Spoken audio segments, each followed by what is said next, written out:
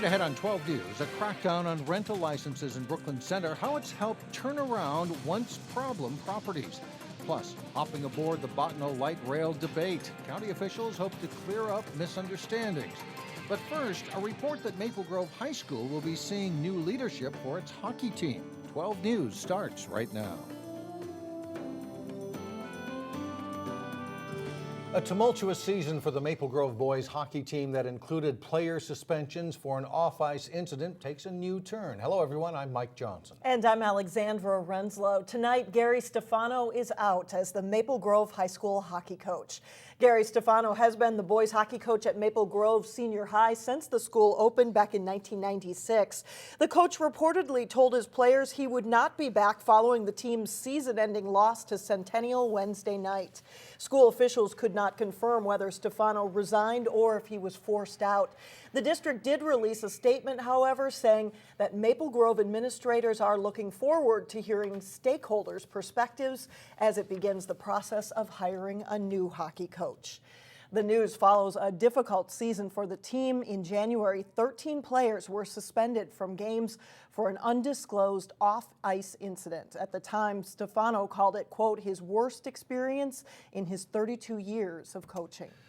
We have an update now on the death of a woman whose body was found in the trunk of a car towed from a Brooklyn Park apartment complex.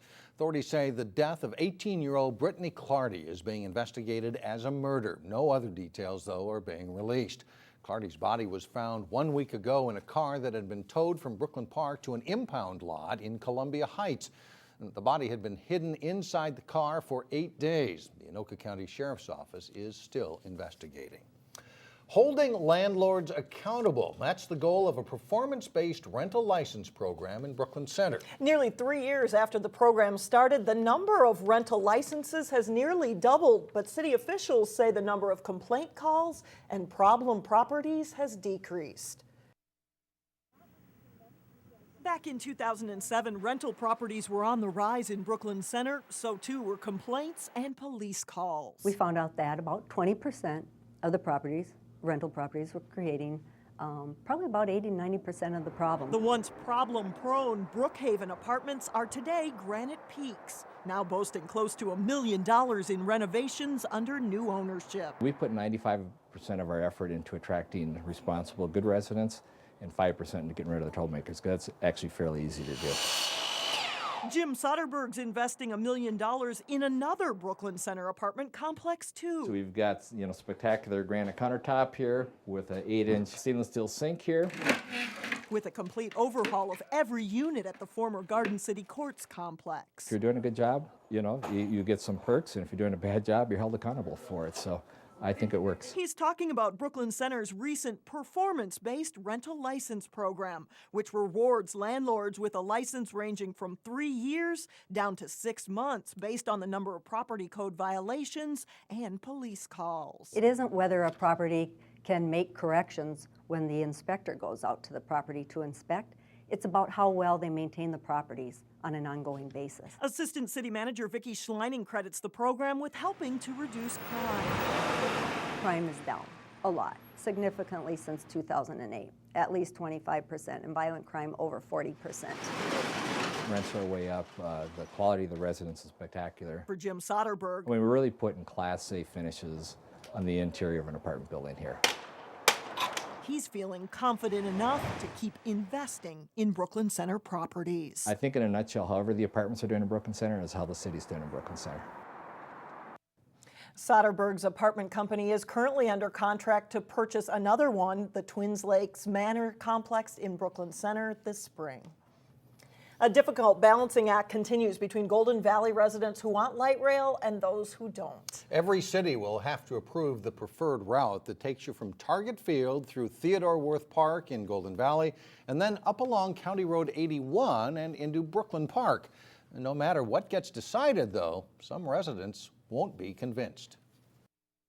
We have incredible wildlife. At a community input meeting hosted by the Minneapolis Park Board in Hennepin County, it didn't take long to understand where Carmen Heim stands on a proposed route through Golden Valley. I'm coming with the trees to save the park and this is the park board. Something's wrong with this picture. Carmen says putting in light rail along existing railroad track in Theodore Wirth Park will topple trees and wipe out wetlands.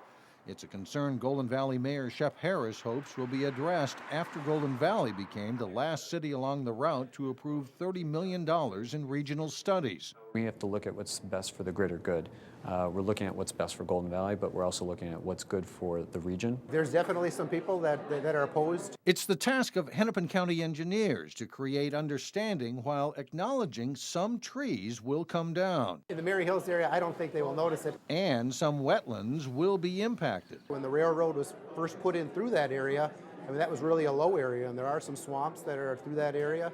Some of those areas would be filled in as part of the project. What engineers want to make clear, most of the construction will occur within a 100-foot stretch already owned by the railroad. It will be devastating. Tell that to Carmen Heim, and her first thought is what will happen to the wildlife. It is a huge impact because they're not going to go in there and put in extra tracks for light rail and not destroy all this. Carmen's home is near the Mary Hills Nature Area. She says a route through Minneapolis is the better option. We asked county engineers about that. They pointed out the Minneapolis option has its own list of concerns, including the loss of about 110 homes. Over in Maple Grove, there is an appetite for grocery stores. Construction is quickly taking shape on a Whole Foods store. Whole Foods is filling the space of what used to be Ultimate Electronics. The Maple Grove grocery market will be quite competitive with a Trader Joe's right next door and a Byerly's less than a mile away. Whole Foods is expected to open this summer. The new principal selected to take over at Cooper High School this summer is a familiar face. Christina Hester was previously the principal at Robbinsdale Middle School and assistant principal at Cooper. She's currently at a school in Oakdale. Current principal Mike Favor is taking an administrative job within the district. Our standout student from Robbinsdale Cooper High School certainly doesn't let the grass grow under her feet. Veronica Tao is a senior and as busy as ever in a high school she cares about. Reporter Shannon Slatton introduces us to this week's standout student. The easiest way for me to understand it is that this is... If you are a student in an upper-level chemistry class, but then since there's two of it... Veronica Tao So it was actually quite easy. is a good classmate Here, which one has the charges? to have nearby. She's the girl in class that it doesn't matter who she's sitting next to. She's willing to help, and she's willing to talk to the other kids. Hey, Nicole, want me to teach you how to do this? Yes. Teachers say she's a leader and stands out not only for her smarts, Maybe bigger over here. but for her smile. She is so fun to have in class. She brings with her every day just a joy. She comes in with a smile, and she's always ready to work. Okay, so... And work is something Veronica Tao knows how to do. I just try to get as much work done in class as possible so that I have as little homework as possible at home to work on. That's because she's a leader on campus, too. Co-president of the Anti-Bullying Club. -2. She's on student council, editor of the school paper, C and involved in Cooper Cares. She is caring about her academics. She is caring about her friends. She is caring about the Cooper community, like in such an incredible way. You have it right, but do you know why? No. She's so involved in so many aspects of the Cooper community. Someday, Veronica hopes to combine that caring attitude and passion for science in a career. I've always wanted to be an orthodontist, as much as it may sound weird and people may be afraid of the dentist. I love doing it. Which one is being reduced? But until then, she'll keep helping whoever is nearby. 2 CR. In New Hope, Shannon Slatton, 12 News. Veronica is still deciding on which college she'll attend, but she does plan on majoring in biology with a minor in chemistry. Coming up, how March Madness is also a frenzied month for food shelves. Then later in sports, Wayzata comes up big in section hockey against Benilde-St. Margaret's. But first, it's a look at your AccuWeather forecast.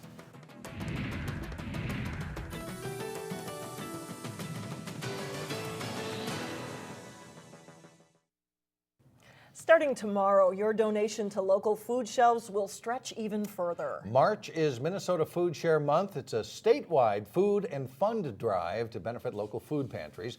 One Brooklyn Center nonprofit tells our Renee Bonneau they can't survive without it. This is our new area for packing foods for families. and there's a lot more elbow room. SEEP President Byron Lair is proud to show off the nonprofit's brand new, bigger facility in Brooklyn Center. There's room to stack pallets of food and freezer space to fit a truckload of goods. It gives us a lot more flexibility in a number of different ways. Despite the extra space, it isn't easy to keep it stocked. The new location, which shares a building with Hennepin County Human Services and Osseo area school programs, is giving SEEP more exposure and more clients. Business is booming. We saw over 1,600 families in our 2 facilities in January. That's double what SEEP saw 6 years ago. March FoodShare helps SEEP keep up with that growing demand. We have a goal of $200,000 in cash, which would allow us to buy about $1 million worth of food. A portion of every dollar and pound of food SEEP receives in March will be matched by Minnesota FoodShare and the Greater Minneapolis Council of Churches. Quite literally, it is our make it or break it season. If you can't make a monetary donation, consider donating food to a designated drop-off site that'll have a barrel that looks like this. You could also hold your own food drive. To make your job a little bit easier, SEEP is willing to drop off empty barrels at your business or church and pick them up once they're full. To find out how to get barrels dropped off at your location, go to our website, 12.tv. In Brooklyn Center, Renee Bonneau, 12 News. You can also go to our website for an extended list of drop-off sites and suggested donation items. Well, still ahead, Vikings All-Pro leads an all-star dance routine. But first in sports, Champlin Park aims for a big upset in the section hockey playoffs. John Jacobson is in next. Pretty good night for Wayzata hockey, taking on the current state champs, surviving. I guess they're former champs now. Well, yeah, I guess they can't repeat. Yeah, it was a good game, especially if you're a Wayzata hockey fan. While they've had a strong program, especially in recent years, Wayzata's boys hockey team had only qualified for the state tournament twice, the last time coming in 2004. The Trojans and defending section and state champion Benilde-St. Margaret's met for the Section 6AA title at Mariucci Arena. Benilde strikes first. Spencer Nas to chase Jungles. He walks in and beats Aaron Dingman at the low shot, 1-0 BSM. The Trojans get it back on the power play. Kyle Olson's snap shot gets through, and we're tied 1-1. Early in the second period, a great goal as Nas wins the face-off to himself, sets up Jungles on the doorstep, 2-1 Red Knights. Here's another chance for Benilde, but Dingman denies Chris Hickok. And the Trojans start to take over. Robert Zitzelberger's shot deflects in. Jalen Wall gets credit for the goal. Third period, Dingman makes another great save, this time on Dan Lebowski. And then Wall with a nice move off the boards. He passes to Chase Heising, who finds Chase Haller. 2 whacks of the puck and it's in. 4-2 Wayzata. The Trojans get one more as Chad Olson wins the puck off the wall and passes to Matthew Freitag for the one-timer. Wayzata is the section champion with a 5-2 win. I've been here before looking to get revenge, and I don't think it's sunk in yet, but my dream's always been to play at the X, as most of our team is, and yeah, it just hasn't sunk in yet, but we're very happy right now. The Champlin Park boys hockey team scored in the final seconds of regulation to tie Anoka in the Section 5AA quarterfinals before winning in double overtime. They hope for another big win against top seed Blaine in the first semifinal on Wednesday. Blaine goes up early. Joey Lau wins the draw and picks up the rebound. His shot and goal makes it 1-0 Bengals. Tied up at 1, Champlin Park buzzing around the net. Number 33, Calvin Spencer, gets his stick on it and knocks it in. Much to Blaine's displeasure, it counts, and it's 2-1 Rebels. In the second period, Bryce Plunkett centers to Luke Dahlman, who is knocked into the goal as Plunkett follows up to put the loose puck in. It's 3-1 Champlin Park. With the score tied at 3, Reese Woods grabs a loose puck, walks into the slot, and buries the shot here. The upset-minded Rebels lead once again, 4-3 Champlin Park after 2 periods. Blaine ties it again, but here's the game winner coming up. Mason Van Tile with the shot. Spencer deflects it home with 51 seconds left. The Rebels shock Blaine 5-4. Champlin Park's in the section final for just the second time in school history. Well, more on the Rebels Friday, starting at 4 here on 12 News. In the second semifinal, third seed Maple Grove meeting number 2 Centennial. Second period, a turnover costs the Crimson on the breakout. Reiner Gorowski sets up Hans Gorowski for the tap in. The Cougars make it 2-0 through 2 periods. In the third, Jordan Pitlick fires a shot, and then it stops, but he stays with it and puts the rebound away, and the Cougars' lead grows to 3-0 midway through the third period. Maple Grove gets one back. They put a flurry on, and the puck bounces around. Winds up with Joe Franta. He scores. Not enough, though. Centennial eliminates Maple Grove 4-1. The state wrestling tournament is underway as team competition kicks off the tournament.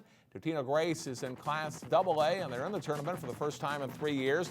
The Eagles, however, fell to Foley 35-23 in the quarterfinals Thursday morning. The Eagles then lost 41-19 to Chisago Lakes in the consolation bracket, ending their season.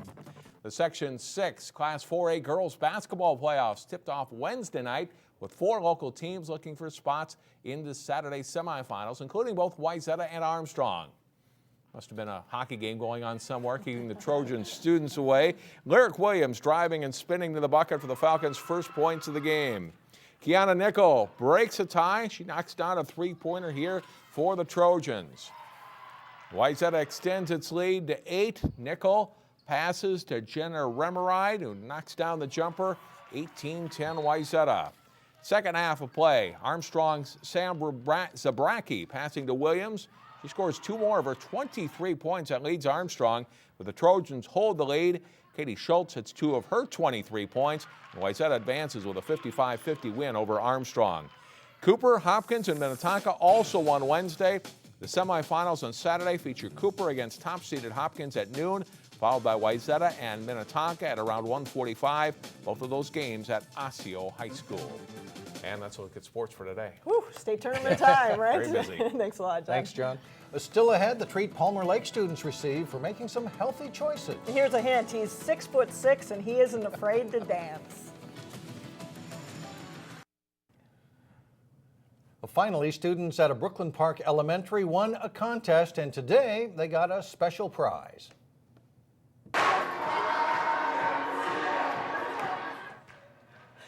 We're not sure if Vikings tight end Kyle Rudolph knew he would have to lead students in a dance when he visited Palmer Lake Elementary today, but he did. Student leaders at the school entered the Super Bowl Breakfast Challenge to create healthy breakfast recipes. A recipe called oatmeal banana balls received the runner-up prize, which was a visit from Kyle. The school cafeteria also plans on making and serving up an oatmeal banana cookie for students on Friday. It's a good sport. Yeah, he had a good season Yes. and a good sport on top of it. And he can dance. Yeah, that's it for now. Thanks for joining us, everyone. Community Corner is coming up next.